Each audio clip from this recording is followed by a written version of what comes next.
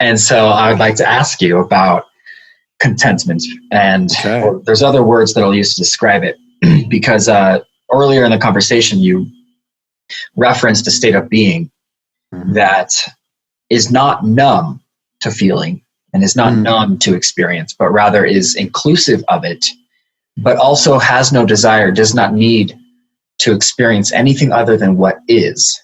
Mm. And that's a state that a lot of people are familiar with if they do any form of meditation, or if they're even going to a yoga class. You can get into that state. Oftentimes Mm.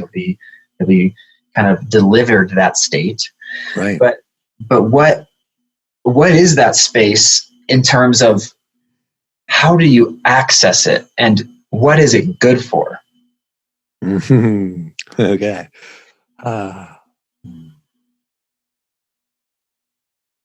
how do you access it and what is it good for? Okay. Um, my gut response to how do you access it is to let go.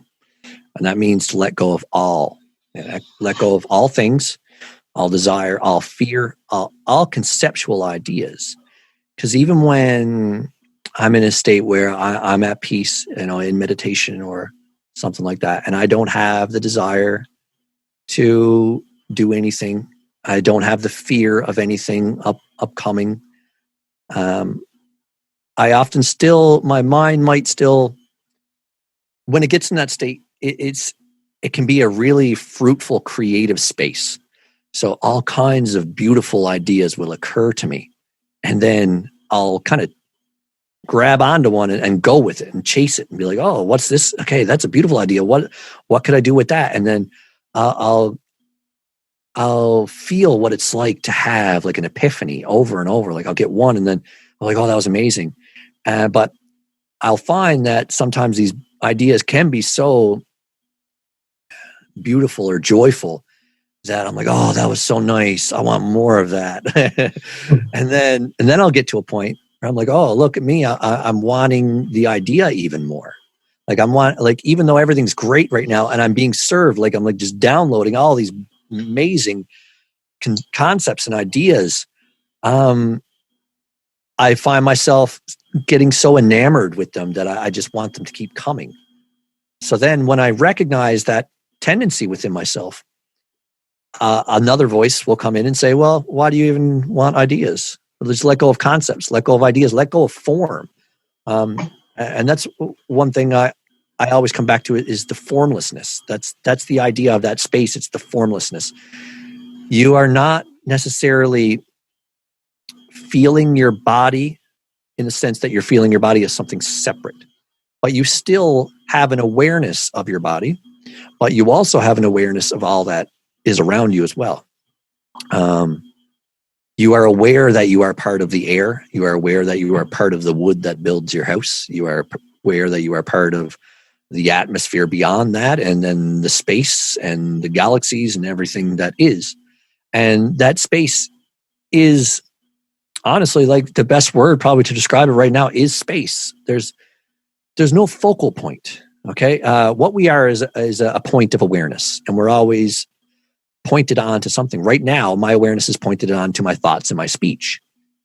But in that space, you let go of that focal point. Instead of pointing it at one direction, you just let it dissipate into all that is. And it's not like there's an infinity of tiny little focal points going out and feeling all these things. It's just that when you let go of the focal point itself and you're not guiding your awareness into one point, it kind of just relinquishes itself, falls back into the awareness of all, because that's what it is. Like we as human beings, we are gathering the infinite awareness and pointing it to one direction.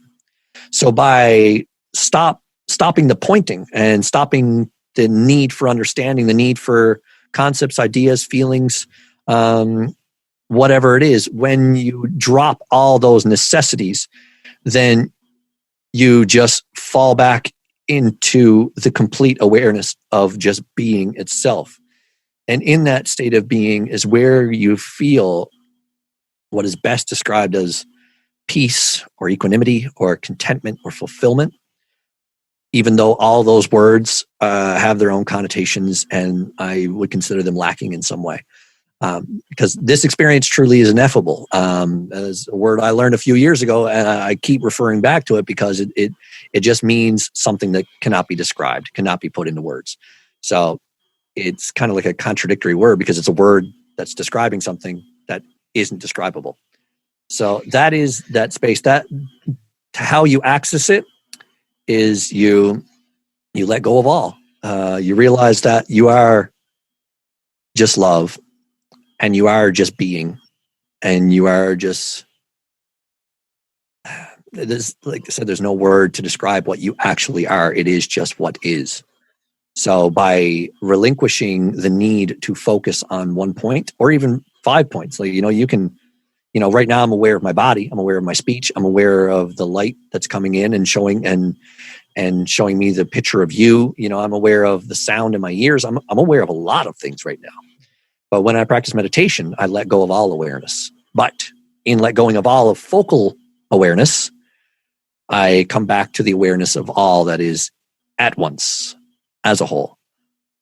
So I guess that's the way to do it. Because in order to feel that space, you can't be there and you can't know it fully if you are still focusing on certain things. If you're still creating form, those things are form. They are energy in form. And by birthing form, by giving genesis to form, you are creating that separation. You are creating form is here and here's the formless. But if you just fall into the formlessness, then that's when you feel that space of all things.